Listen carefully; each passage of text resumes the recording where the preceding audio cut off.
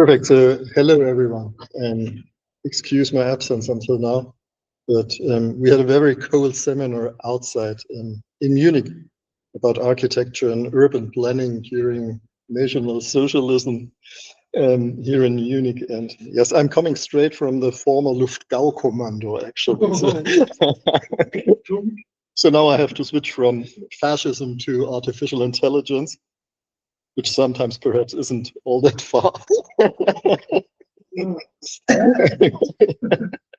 So my short presentation about knowledge and AI originally comes from a panel on society and artificial intelligence organized by the Gesellschaft für Wissenschaftsforschung in Stuttgart in November 2024. But I believe that apart from Rainer, none of those present here are familiar with it. So I do it again. Okay, let's start. Knowledge as a set of convictions that can be tested, criticized, taught, and learned. And the associated knowledge cultures are constantly changing. This transformation is often linked to innovations and inventions, and sometimes also to revolutions and social disorders. It is not uncommon for new carriers of knowledge to emerge. Often it is technologies, materials, and media that result in specific representation, communication, and distribution processes. Not to be forgotten are the social actors within the education system, as us, who have shaped knowledge in society for centuries. They have not only passed on and generated knowledge, but they also systematized and organized it. Together with the non-human actors of technology and the media, they form a dynamic system that is determined by interaction, movement, and tension. Now, the spread of digital technology marked a decisive change that continues to shape the present. In 2001, Wikipedia was launched with the aim and goal of collecting the sum of all human knowledge and making it accessible to everyone. The excitement has, I would say, diminished 20 years later, but the idea that everything you want to understand is available on the internet has become socially accepted. When seeking information or knowledge, people use search engines. This digital knowledge culture has produced new practices, new technologies, and new institutions. Especially the legitimation of knowledge has changed. We often hear, I read it on Wikipedia, or I Googled that. Obviously, new modes of knowledge and new claims to validity have emerged in the 21st century. One consequence of this is that the dominance of rational, objective, and verified knowledge, episteme, is giving way to more irrational forms of knowledge acquisition. From a scientific perspective that demands clarity, precision, comprehensibility, and foresaid verifiability, these new forms are beliefs, dogmas, opinions, assumptions, and errors. Many people fall into wild thought or magical thought and firmly believe in alternative facts, fake news, and conspiracy theories. We are therefore witnessing dynamics of change in knowledge that are taking place in technological social practice. In recent years, another actor has entered the stage of knowledge. While AI algorithms have long been at the core of every search engine, The development of large language models has accelerated the rise of generative artificial intelligence. The impact of these models is immense. While search engines provide information and knowledge that has been made available by other people in digital or digitized form, the answers from ChatGPT, for example, have never been formulated before. Search results usually contain references that lead back to the producer of the information, but ChatGPT responses are original with no traceable references. The consequences in education are well known. The boundary between the learners, the students' work, and the AI's output cannot be clearly defined. More importantly, the widespread and casual use of AI by students undermines the purpose of studying as essential stages of learning, such as literature search, reading, writing, data analysis, critical reflection, reasoning, and understanding are bypassed. Academic work is meant to develop the skills and experience needed to acquire knowledge independently. But when ChatGPT provides the answers, opportunities to practice those skills are lost, along with routine, experience, and understanding of knowledge systems and hierarchies. In a social context, large language models are increasingly manifesting a shift in the knowledge system. The responsibility for knowledge generation and knowledge negotiation are now assumed by a technological actor. People without subject matter expertise, as we are, often uncritically accept the grammatically correct and highly polished outputs of generative AI. The current fascination with generative AI reflects thus, in a way, Aristotle's idea that wonder and amazement are at the beginning of knowledge. Wonder and amazement about these large language models, about ChatGPT and so on, in this case. We are witnessing a transition in which knowledge acquisition is delegated to the, and you all know it, to the black box of AI, making verifiability and thus objectivity nearly impossible.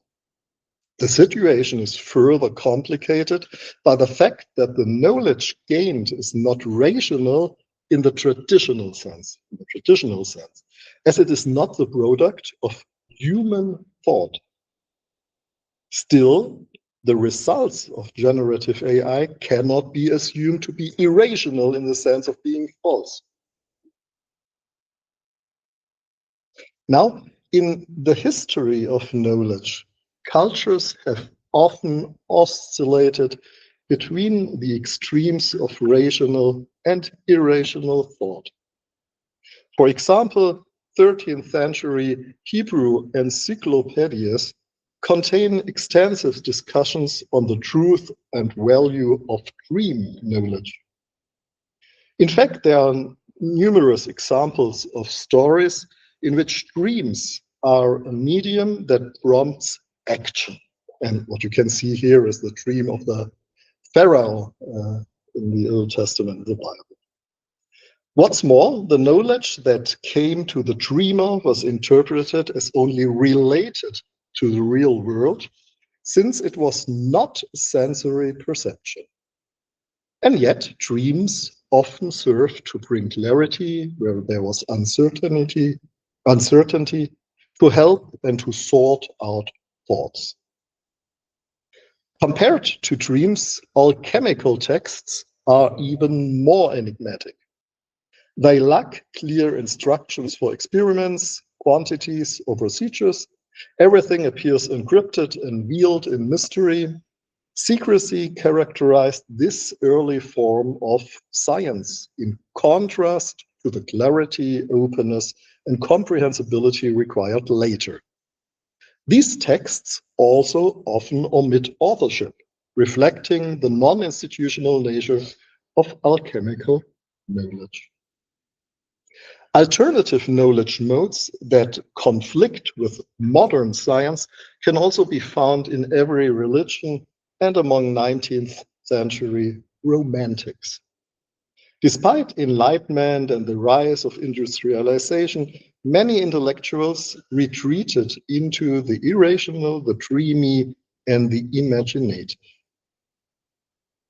Now, certainly, this brief reflection is not meant to question the scientific pursuit of knowledge and truth or its critical role in society. However, I think we must develop epistemic openness to alternative ways of acquiring knowledge. A comparative look at the past may offer sustainable insights. Additionally, generative AI models based on large language models need to be examined more closely, especially regarding human-machine collaboration and so on. Currently, there is a lack of generalizable and methodologically robust findings, making the rapid adoption by some universities and educational institutions all the more surprising. For me, also here at Munich University of Applied Science. As is often the case, I think the significance of something new is only recognized when its unforeseen effects become visible. And I think it will take some years before we can see these effects in the case of artificial intelligence and large language models and so on. Let us take a further look at generative AI, particularly large language transformers. Now, these large language models can, as you all know, read and write. They receive written input and produce a textual output. They are often described as tools, which puts them close to, something like a typewriter or something like that. However, from a media studies perspective, the classification is less clear. Because generative AI models act as communication partners whose responses are unpredictable, they have so-called agency. Unlike search engines that distribute existing knowledge and information, generative models create new knowledge. This means they actively influence processes and developments in society, and so they are agents, not tools, agents. Social knowledge, and that's my topic, social knowledge. Social knowledge may already be institutionalized with generative AI platforms. A subtle competition between teachers and these systems is already noticeable. Too quickly, human abilities are implicitly or explicitly equated with AI performance. This issue has existed since the beginning of AI development. Yes, these models do not think in the human sense. They do not understand and are themselves not understandable, as their results are the output of deep artificial neural networks. ChatGPT cannot truly speak or write like a human. It has no grammar, no rules, no terminology. It was simply trained to generate text that statistically resembles human language. In a very good way. Consequently, generative AI does not aim to replicate human intelligence and is not designed to imitate human thought, I would say. So the question is generative AI still AI? Nonetheless, they communicate. They communicate. Language models often surprise us, sometimes positively, sometimes negatively, with things we wouldn't have thought of ourselves. More important than debating whether AI mimics human abilities is asking what we expect from texts and why we use ones generated through mathematical operations. Thoughtful use of large language models undoubtedly offers innovation, sorry. For examples, user can compare AI-generated content to their own work, question their understanding, or reveal knowledge gaps. However, this requires understanding how the models work and recognizing their limitations. Therefore, the call for critical digital competence and digital literacy is growing louder. What is most needed is a willingness to experiment openly, where even negative results are valued as a positive exclusion criterion. Unfortunately, this openness often conflicts with the digital imperatives of politics and the economy. Especially in Germany, which is not a digital frontrunner. Critical views are often mistaken for resistance to innovation, and a naive optimism seems all too welcome. This raises the question, where does this imperative to use AI come from? Today, anyone who doesn't use ChatGPT or doesn't know image generators may be viewed with suspicion. Despite growing skepticism towards science, we continue to live in a knowledge society. The increasing circulation and accessibility of knowledge is a hallmark of the digital 21st century. From an economic perspective, in such a society, knowledge creation and use should contribute measurably to welfare. This has led to the emergence of a knowledge economy. Knowledge is assigned purposes, either for enjoyment as investment or for increasing wealth as consumption. The latter, wealth consumption, has strongly influenced the evolution of the university system in recent decades. The so-called Bologna process sought to create a European knowledge market and link technology with science.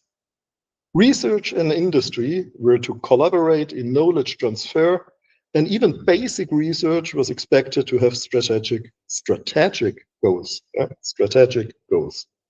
Science, knowledge acquisition, and the knowledge culture of the 21st century are all being steered toward serving a knowledge society that fuels economic growth. And by the way, the European Union defines this as an innovation society. It is also evident that the concept of creativity has changed significantly. While creativity was once associated with artistic individuals of limited, very limited, I would say, economic relevance, it is now seen as a business value. Creativity is a business value, actually. In training and education, emphasis is placed on creative skills. Creativity can be learned in coachings and trainings and so on, and managers should be familiar with management of creativity or creativity management. That means creativity is now a prerequisite for economic innovation. And I would say it's also a requirement for employability today. So you need to be creative if you want to get a job. So obviously, in this context, generative AI, especially large language models, embody the very human skills that are highly valued from an economic standpoint. These AI models aim to generate maximum innovation through a process that is still unfolding. The central question will be, which actors are involved and how are responsibilities and roles distributed? Thank you for your patience.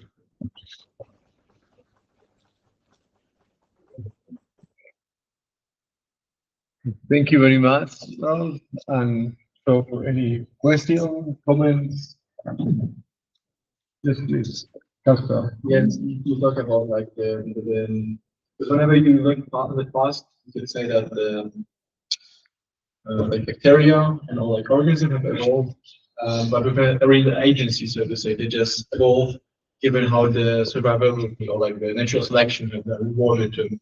But you know that the AI have developed like agency over like topics. It could be like called world generation and whatnot. There's also like the notion of like I suppose it's named was agentic misalignment. Whenever you put like agentic misalignment, do you know the word agentic misalignment? There's whenever like the program that the first use have shown to go rogue, so to say, and combine and Perfect. No, I understand. Yeah, sorry. Yeah. I understand. What I learned from our colleagues from faculty of informatic, is that in informatic, agency is there is also an agency in informatic, but it's not the same that we use in media studies. Okay, so the agency in informatic is different. It's another thing than agency is here in media studies. How would you define it with the agency of informatic?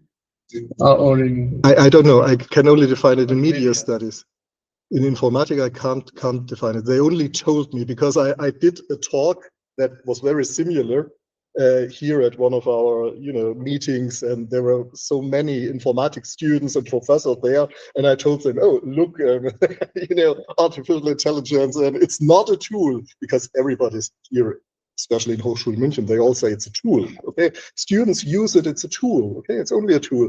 And I said, it's not a tool. It's an agent. It's got agency. It can change things and so on. And they looked at me and said, oh, agency,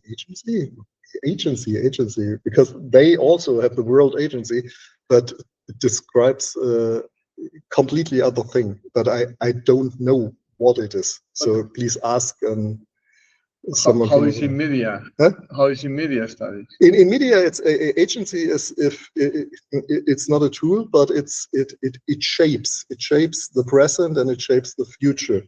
That means it got the power to change things on its own. That's the point. So not only humans change the present and the future, but all the technology can change it by its own. And I think that's what all these large languages, especially ChatGPT and so on, are doing, because they give us new information. Okay, it's another information than scientific information, certainly, and another type of knowledge.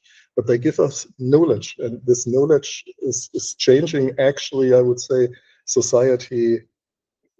Yeah, it's changing society. I think an interesting concept, maybe to also to complicate it even more, the autonomous agency, Kaufman's idea of autonomous agency. So we work in a project about the emergence of meaning, and that was kind of the everything was spinning around the autonomous agency. And I think that for the artificial intelligence is interesting to think in that, because so the autonomous agency is a system or that can perform thermodynamic cycles in their own benefit. So can pursue things, or so it can be close to the agent. But when we go to artificial intelligence, what is the amount of energy that it uses?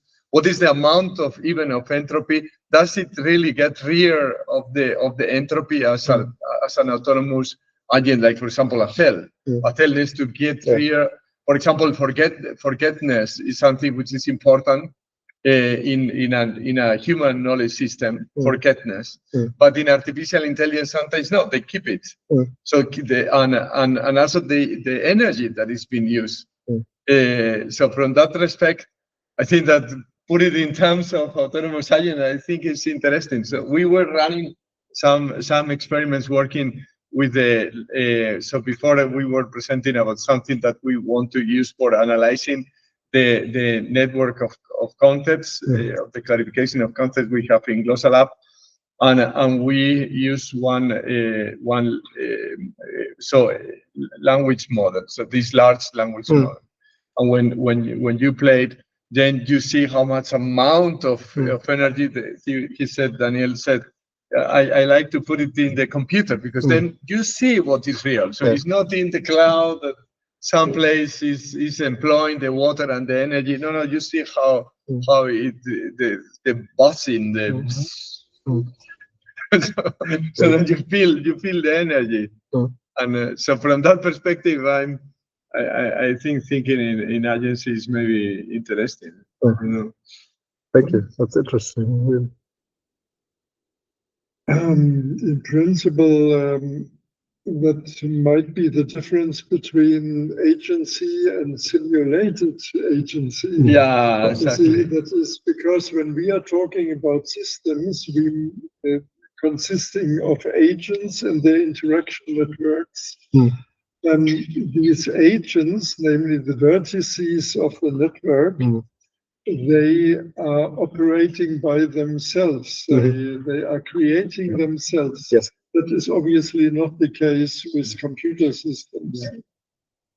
Yeah, for example, from that perspective also, what happened when they are not going to be fed by new knowledge? So in the end, they are kind of empty. So they do not experience the world. And they cannot learn. So they just are fed by the knowledge of. So from that perspective, they are very far from being considered as agents. I heard this is already becoming a problem, like artificial intelligence need data to be trained, and more data is produced by artificial intelligence. So it's going in a circle. But sometimes it's entropy. That's what Jorge was pointing out. So he was showing us some examples in which you make some questions to some artificial intelligence, so ChatGPT and others, and then you see what the results are. And then he told us also about the degradation of the language model, so the translator, the Google translator, after being fed by its own. So he can explain it better. But it's kind of like that. So all the hybris that is being produced is kind of being taken like the steam engine would take the gas back. It doesn't work, and it degrades. I think ChatGPT, like you open a chat and it's getting more and more entropy, and you just open a chat. Now, I think as I tried to say, I think the goal of all these large language models is not to enable, let's say, students or society to get more knowledge and so on. So for that reason, I would say for the developers, that's not the problem, okay? Because the aim, I would say, is we don't know about it. I would say the aim is to to let creative innovation be done by machines. That's the point. Anyway, I know this discourse about data and information and artificial intelligence, and the idea that in, I don't know, 2, 3, 5 years, the quality will be much more poorer because there is not more information and more data. Unfortunately, I don't know where it comes from. Does anybody know who? There's in legal content, because all the big engines are being fed with illegal content because they are not. Yes, but who was the first to think about that? Because it's a very interesting topic, which actually in the discourse about artificial intelligence is very, very present. And it appeared at first time. Yeah, ChatGPT was almost a question of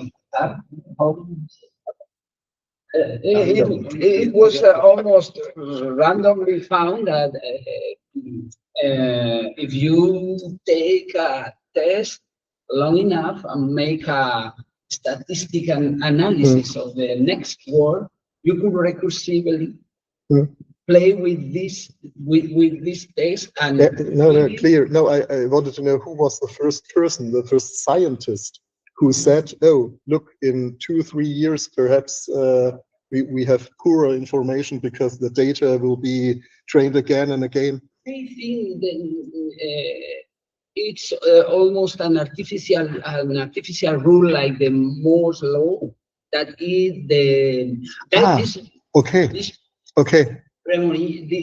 this feeling that in 7x years we are going to achieve it. That's pushing the industry. Yes, but no one talked about that.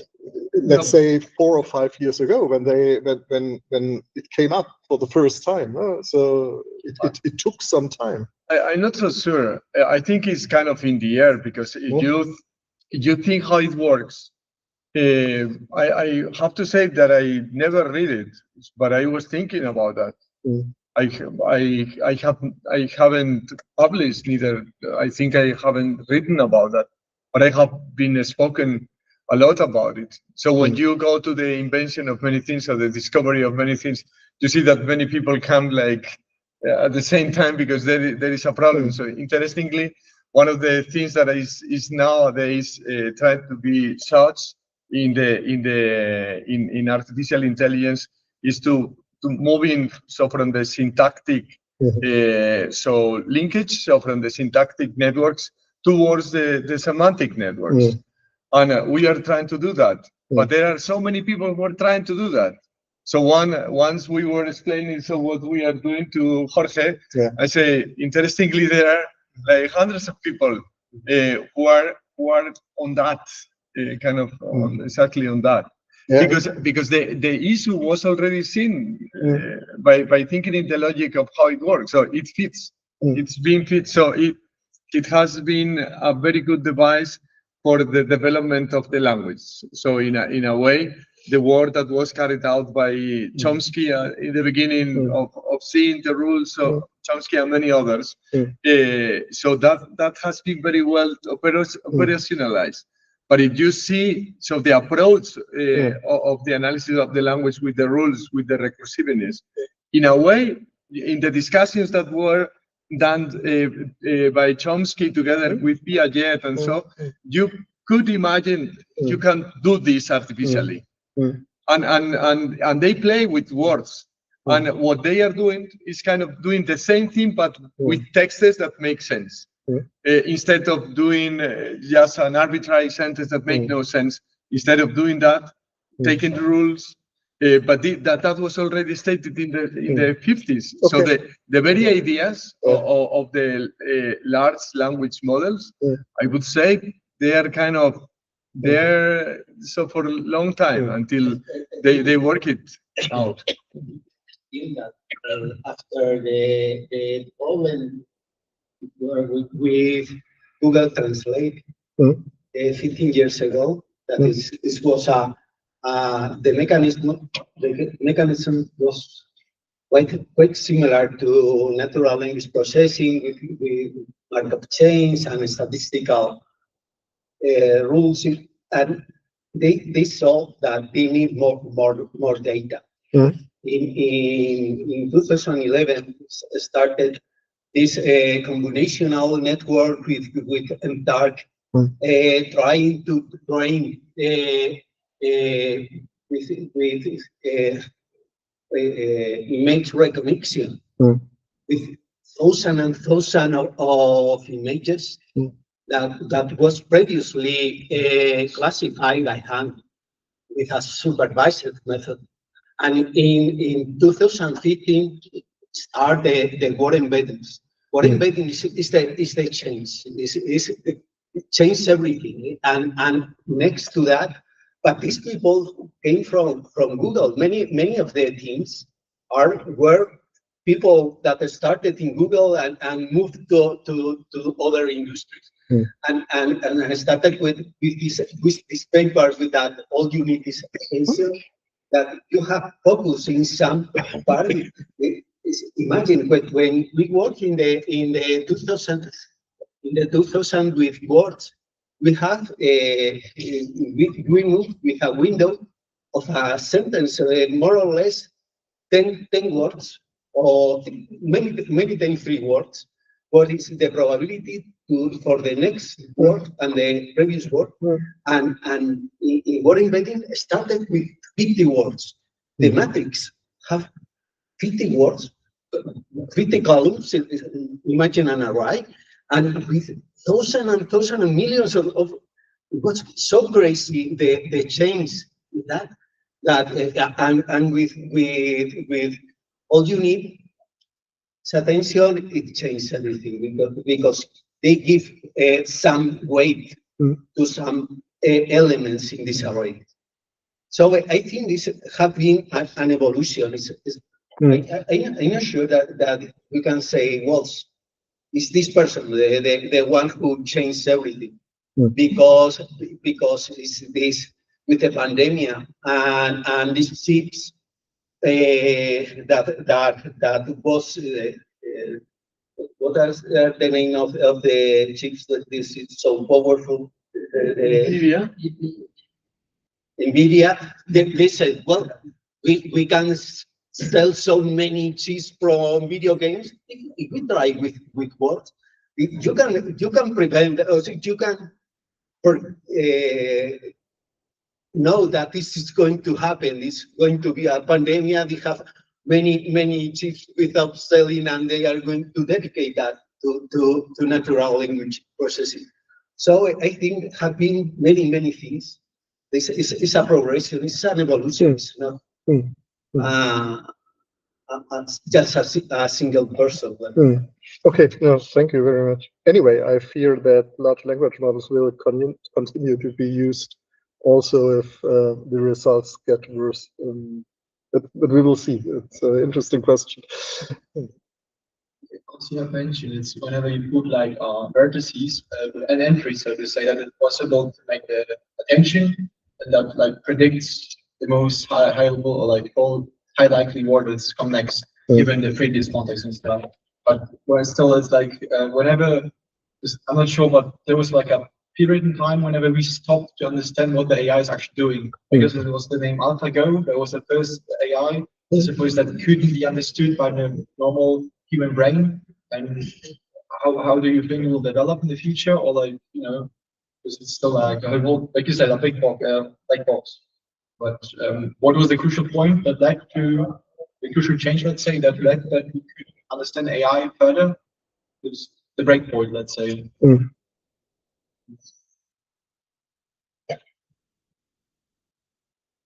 Good question. When it began.